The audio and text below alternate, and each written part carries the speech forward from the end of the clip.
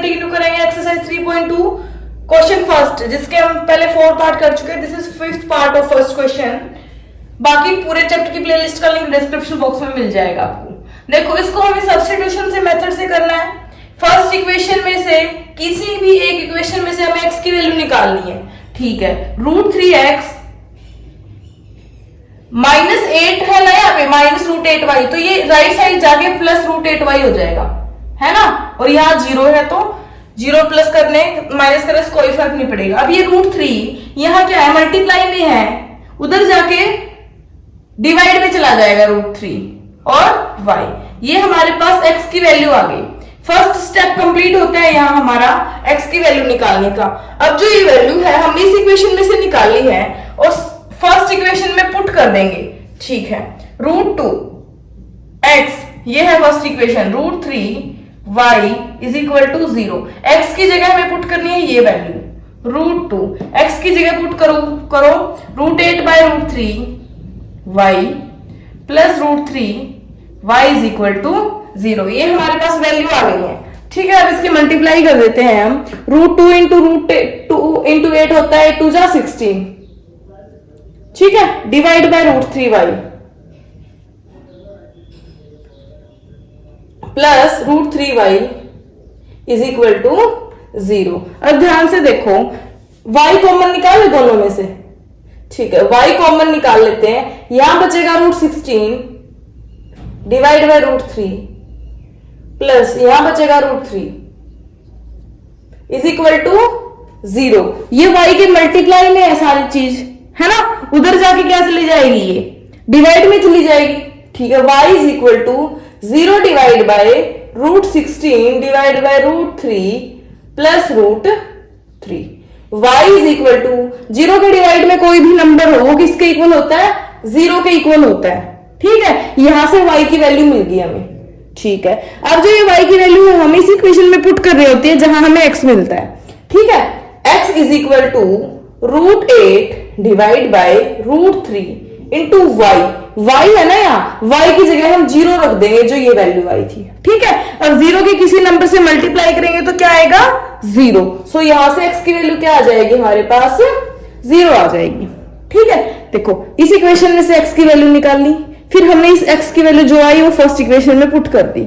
Solve करने के बाद हमें y की वैल्यू मिली, y की वैल्यू जो मिली हमने इस इक्वेशन में पुट कर दी तो हमें x की वैल्यू मिलेगी। x और y दोनों की वैल्यू क्या आएगी, 0 आएगी। ठीक है, लेट्स मूव टुवर्ड पार्ट 6। देखो, इस क्वेश्चन में ना फ्रैक्शन है। सबसे पहले इसको इजी बनाने के लिए हम इसके फ्रैक्शंस खत्म करेंगे। ठीक है, देखो 2 इंटू 3 6 बन रहा है यहाँ पे, और यहाँ पे 3 इंटू 2 6 बन रहा है। तो हम क्या करेंगे, 6 को एलसीएम ले लेते हैं। 6 एलसीएम ले लेते हैं। 6 एलसीएम लेंगे, 2 को 6 से डिवाइड करेंगे 3 एंड 3 3 जा 9। 9x माइनस 3 को 6 से डिवाइड करेंगे 2 की 5 से मल्टीप्लाई करेंगे 5 2 जा 10y इज इक्वल टू -2। 6 यहाँ डिवाइड में, उधर जाके मल्टीप्लाई में हो जाएगा 9x minus 10y is equal to 6 2 जा 12। ये हमारे पास इक्वेशन नंबर फर्स्ट बनेगी जो हमने फ्रैक्शन सोल्व करके बनाई है ना। इधर से हम करेंगे सेम यही प्रोसीजर, हम यहां करेंगे। 6 एलसीएम ले लेंगे, 3 को 6 से डिवाइड करेंगे 2 की x से मल्टीप्लाई करेंगे 2x प्लस 2 को 6 से डिवाइड करेंगे 2 3 जा 6 3 की y से मल्टीप्लाई करेंगे 3y is equal to 13 divide by x।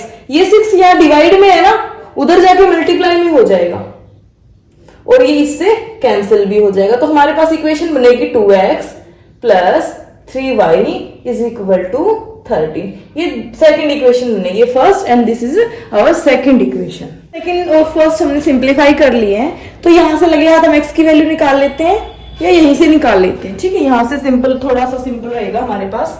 9x is equal to -12 है ना, और ये -10 उधर जाके +10y हो जाएगा। ओके, और जो ये 9 मल्टीप्लाई में है ना, उधर जाके डिवाइड में चला जाएगा। तो ये हमारे पास x की वैल्यू मिल गई है हमें। ठीक है, इस x की वैल्यू को अब इस इक्वेशन में रखेंगे। ठीक है, यही होता है ना स्टेप, एक इक्वेशन में से x की वैल्यू निकाल लो और दूसरी में पुट कर दो। 2 इंटू ये x की वैल्यू रख देंगे -12 plus 10y divide by 9 plus 3y is equal to 13। ये हमारे पास इक्वेशन आ गई। देखो थोड़ी सी ना इसकी कैलकुलेशन बाकी क्वेश्चन के कंपैरिजन में ज्यादा चली जाएगी, कोई ना, हमें कोई मतलब ये हम आसानी से कर लेंगे, ठीक है। अब ये कैंसिल तो नहीं हो रहा है, कहीं से नहीं हो रहा है कैंसिल, तो हम इसका एलसीएम ले लेंगे। 2 की इधर मल्टीप्लाई करो, 12 2 जा 24 माइनस 24, 10 2 जा 20 प्लस 20 y डिवाइड बाय 9, ये y है यहाँ पे, plus 3y is equal to 13। अब अगर हम यहाँ 9 एज एलसीएम लेते हैं, ठीक है, 9 को अगर हम एलसीएम लेते हैं तो माइनस 24 प्लस 20y प्लस ये 9 किससे मल्टीप्लाई हो जाएगी ना, 9 3 जा 27, y इज इक्वल टू 13 हो जाएगा हमारे पास, है ना। यहाँ पे 9 डिवाइड में उधर जाके मल्टीप्लाई में चला जाएगा, 13 9 जा कितना होता है 117, 117, ठीक है। यहां से देखो 27y प्लस 20y, 20 प्लस 27 कितना होता है 57, y इज इक्वल टू 117, ये 24 इधर माइनस उधर जाके प्लस हो जाएगा 24, ठीक है। यहां से प्लस करो इसको, ठीक है। 7 प्लस 4 कितना होता है, एक सेकेंड, ये गलत नहीं आ रहा है हमारा, 7 और 4 होता है 13, सॉरी 11, 1 कैरी 2 एंड 1 3, 4 एंड 1, 141 आ जाएगा हमारे पास, ठीक है। y की वैल्यू निकालनी है, हम यहाँ पे साइड में कर ले, स्पेस है हमारे पास यहाँ पे थोड़ा सा, ठीक है। यहाँ पे क्या आ गया 57y इज इक्वल टू 141 आ गया है हमारे पास, एक सेकेंड, हाँ 141 आ गया है, y इज इक्वल टू 141, 57 यहाँ मल्टीप्लाई में तो इधर आके डिवाइड में चला जाएगा, ठीक है। 57 3 जा 144, तो y की वैल्यू क्या आ गई हमारे पास, यहां से 3 आ गई है y की वैल्यू, ठीक है। यहां से y की वैल्यू आ गई, अब इस y की वैल्यू को यहां पुट कर देंगे, ठीक है। अब जो हमारे पास वैल्यू आई है x is equal to -12 plus 10 into जो y की वैल्यू 3 आई है ना हमारे पास, वहां से यहां रख देंगे, डिवाइड बाय 9, ठीक है।